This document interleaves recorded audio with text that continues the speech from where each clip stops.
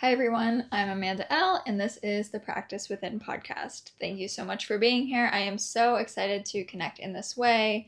Just as a quick reminder, you can listen to this episode on any major platform, or you can check out the video version on YouTube where I basically just go over my Substack that I have written and create it into a different form of content. So Substack, YouTube, and podcast, they're pretty much all of the same. Of course, you get the video aspect with YouTube. You just have the audio of the video with the podcast. And then the Substack is in written form, but it, is a little different than me speaking it to you just because something might come up that I want to kind of riff on when I am speaking it out. So those are your options. All of the links for all of the places are down below, of course. And with that, let's dive right in. Today, we are talking about AI. This is a hot topic lately in all spaces, I feel like. Some viewing it as extremely positive, others viewing it as extremely negative, some kind of in the middle. And so I thought I would kind of share my perspective on it just to, give a different perspective on how I am thinking and feeling about it currently. So it didn't all start, but what got me really thinking about it a lot was the fact that I logged onto Pinterest a few months ago and I was overcome with images that were clearly AI. And I felt a complete disconnect from Pinterest due to that. And my intention for getting back on Pinterest was to create some boards of inspiration for the fiction book that I am writing. I've been working on this book since September 2024. And, sometimes you get stuck in the mud of the work and you need to kind of shift out of it, but stay in that space. So Pinterest boards, I think, is a really great option. Music, all of that. And so I got on Pinterest and I was like, I'm going to create some boards. And then I see all of the AI content and I'm just like, ooh, I don't want to create boards like this. And I don't want to have to sift through all of this to kind of find some real stuff. So I was thinking a lot about it. And I was like, funnily enough, I found AI Pinterest to be completely uninspiring. And for me, that's what AI is here to do. It's here to uninspire, which might seem a little weird if you're on the AI train, but hear me out. It's here to create even more reliance on technology to do basic human tasks like research, form opinions, and problem solve. AI can do all of that for you. And that sounds very attractive. You want that. You want an easier life. You want less things on your plate. You want to create more space. That's what you think you're getting with the AI, but what it's here to do is the opposite. Because it's as if it's making your life better, easier, and more inspiring. But by the time you realize that it's actually doing the opposite, you're going to be so reliant on it that you're going to be like, ooh, this is going to be really hard to get out of. Because we've all been fed the lie that technology makes our lives easier. Somehow, present day, we have more conveniences than we have ever had, yet we have less time and we are lonelier than ever. And so it doesn't take a rocket scientist really to tell us what has greatly contributed to the time suck. Technology. It's the phones. It's the short form content and scroll holes that we all fall victim to. The very addictive fabrication of these phones and apps that make it very hard for us to look away from. And what has once brought excitement and a new way to connect through social media platforms has evolved into addictive, ad-fueled, AI-infused pockets of the internet that so many rely on to market businesses and stay connected with others. And who am I to judge, because here I am doing the exact same thing. But I think it's helpful to recognize what's happening so that you are empowered in that circumstance. So with the quickly evolving way of the world, specifically with the public introduction of AI a few years ago, what was it? I think ChatGPT came out in 2022, I think. I can't help but to worry for the very state of us as humans being. And so there's this quote by Justine Bateman, and she says, "They're trying to convince people they can't do things they've been doing for years. To write emails, to write a presentation. Your daughter wants you to make up a bedtime story about puppies, to write that for you. We will get to the point," she says with a grim laugh, "that you will essentially become just a skin bag of organs and bones, nothing else. You won't know anything, and you will be told repeatedly that you can't do it, which is the opposite of what life has to offer. Capitulating all kinds of decisions, like where to go on vacation, what to wear today, who to date, what to eat. People are already doing this.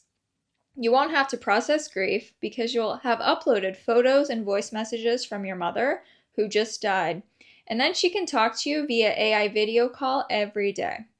One of the ways it's going to destroy humans, long before there's a nuclear disaster, is going to be the emotional hollowing out of people." So I read that, and the article that she is quoted in saying that in is linked on my Substack, so you can find that there if you would like to read that as well. But I don't know about you, but I already see this happening. The emotional hollowing out of people. The way people exist in public, which has transformed so much from 2020. Like, I would love to take somebody from 2019 and like plant them into present day public spaces and just see the differences. It's like people who are in prison for a really long time and then they get out and they try to adjust to the way that the world has changed and evolved.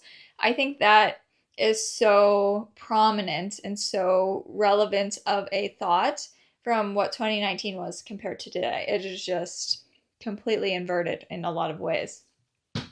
The AirPods in the grocery store completely disconnecting you from interacting with the world you're in, the echo chambers that people exist in, not having to see things online that they disagree with. The block button is right there, ready to validate your every belief and create deeper intolerance without question. And I think this is a huge issue. People are asking AI to create workout and diet plans, give them medical advice, and tell them how they should pack for an upcoming vacation. It's sad. It's interesting, the trajectory of the past 10 years. It's like slowly eroding. It's been slowly eroding to become what it is today.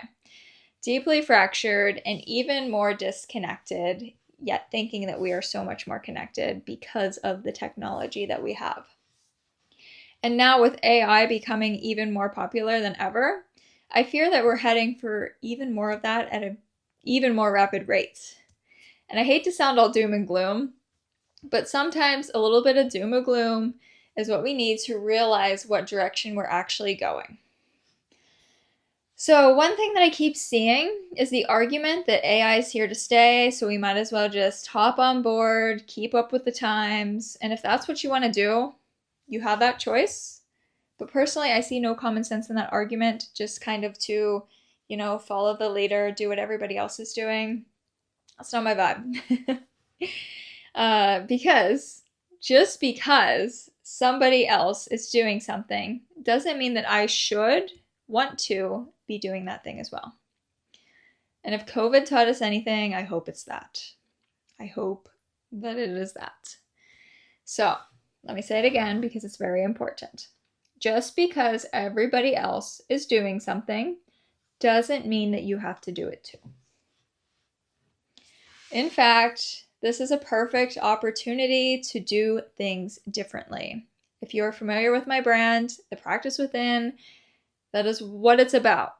Let's do things differently. That is the message, the mission. And that is what I'm here to propose, are just different perspectives so that you can see what resonates with you. You can feel into things. You can become educated, truly educated, in your own opinions and beliefs, and then do things differently. Walk your own path. And when you do this, in regards to this AI conversation, what you would be doing potentially is protecting your brain and your creative well. If you are opting out of AI, that is what you're doing. You're going against the grain. You're creating from a space of pure, unfiltered expression, so authentic and so you that people can feel it. There's a feeling to things. You walk into a room of people and you have like a bad vibe about somebody, you feel it. If you look at a beautiful piece of art and you're just so overcome with the connection to that piece, you feel it. You feel things. And I foresee that AI is removing that feeling aspect. Technology definitely removes the feeling aspect. Get onto any Facebook group and you're going to see people removed from the feeling aspect. People are saying things online that they would never say in person. Never. People are rude. People are extremely aggressive and downright just nasty on the internet. And then you see them in person and it's a completely different demeanor. People have completely removed the feeling aspect due to technology. So there's this spiritual teacher that I really have enjoyed learning from, and they've hopped on the AI bandwagon. They create an AI of themselves that you can talk to anytime, anywhere. I had beta access to this offering, and I'm really not one to hate on something too much before experiencing it, educating myself on it, or doing both. So one evening I got on a call with this AI person, which you can do at any time. Like you can just click it and you're on. I talked through something I was going through and it was really, really crazy because it sounded just like the person, used the same phrases and like way of speaking, addressed me by name, and referenced things that I brought up in the beginning of the call when we were like 15 minutes in. And the words that it spoke sounded really nice. The advice, solid. You'd think that it was helpful, or at least seemingly normal. But it was missing one thing. A very important thing. It was missing the essence of a human. The energy and connection that you get from interacting with another conscious being. It wasn't there with the AI, of course, because it's artificial. It is not a human expression, a soul. There is not a soul in AI because AI has no consciousness. It doesn't have the ability to hold space and to authentically relate like a human being does. So the information for me personally, it fell flat. And I honestly can hardly remember what it even said to me. I didn't even end the call feeling inspired or helped. I ended it feeling lonely. And so there's this recent study out of MIT, and it's called Your Brain on ChatGPT, and I really enjoyed going through this study. It is linked in my Substack if you would like to go check it out, which I really encourage you to do so that you can begin to educate yourself personally instead of just hearing other people express things and then just regurgitating that. Like, go to the source, learn, experience, and then it will become solidified within you. You will be able to recall it that much more. And I think it's a really good study to kind of start doing that if you're not already doing that. So, in this study, it says, when individuals fail to critically engage with a subject, their writing might become biased and superficial. The pattern reflects the accumulation of cognitive debt, a condition in which repeated reliance on external systems like LLMs, ChatGPT, and OpenAI, things like that, replaces the effortful cognitive processes required for independent thinking. Cognitive debt defers mental effort in short term, but results in long-term costs, such as diminished critical inquiry, increased vulnerability to manipulation, decreased creativity.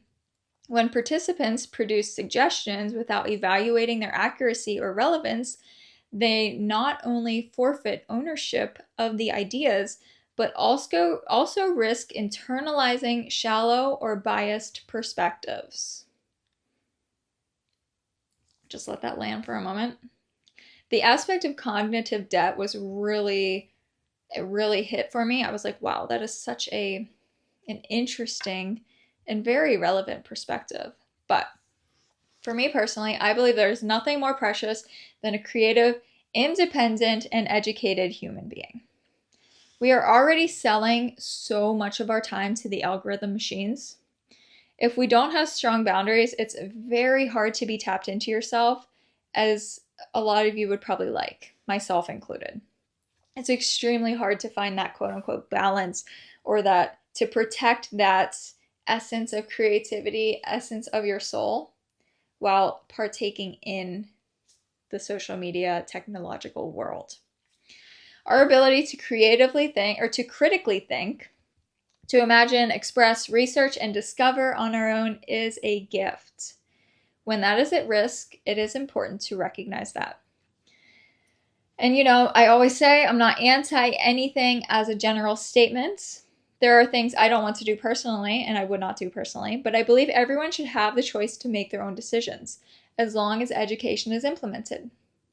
I'm not one to be like, we should outlaw all of these things. Everybody can have a choice. I mean, within reason. There are some things that are extremely dangerous that probably would be better if we did not have them in rotation legally. But, generally speaking, if you are educated and you're making a choice from a truly educated place, have at it. If I'm not making that choice, that's my own choice as well.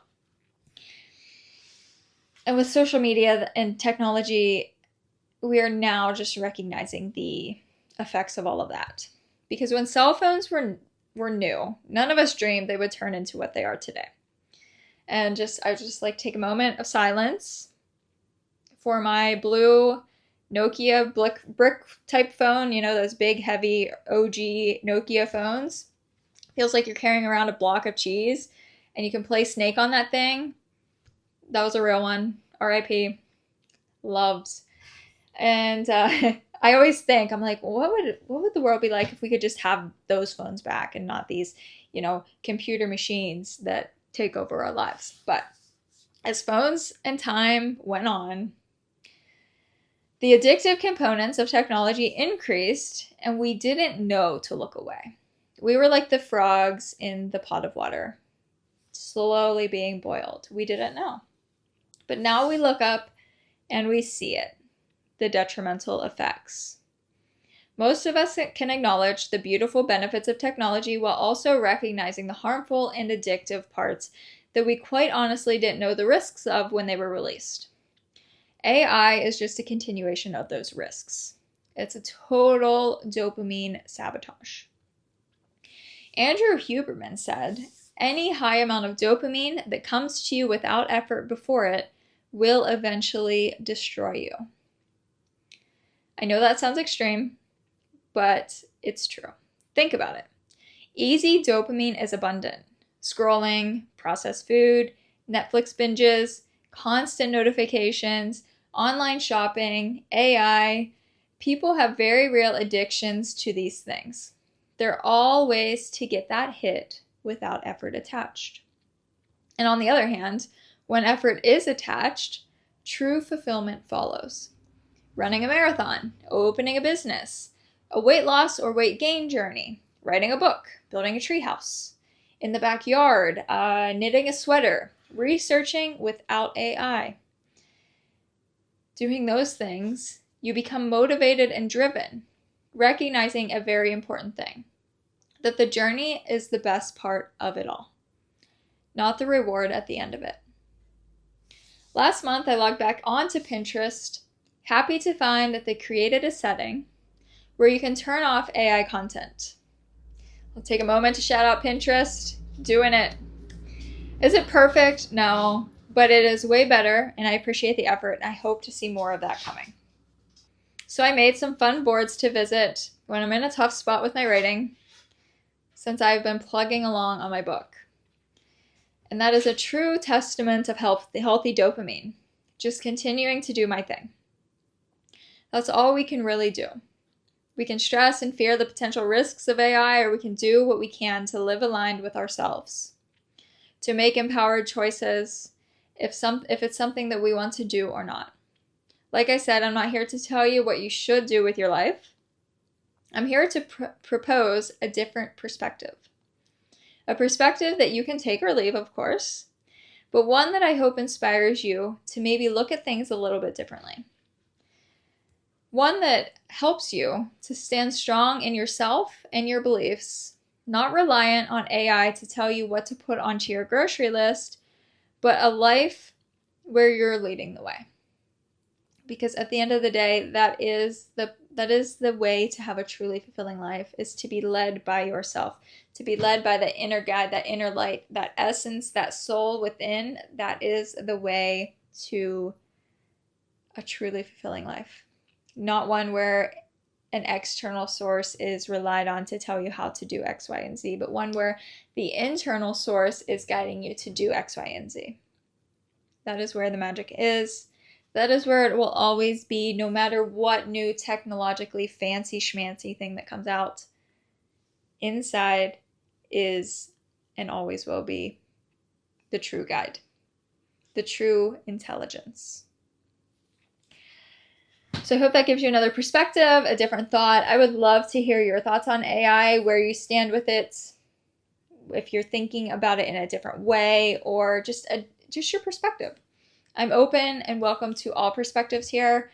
I would love to have healthy conversations if you are in agreement or disagreement.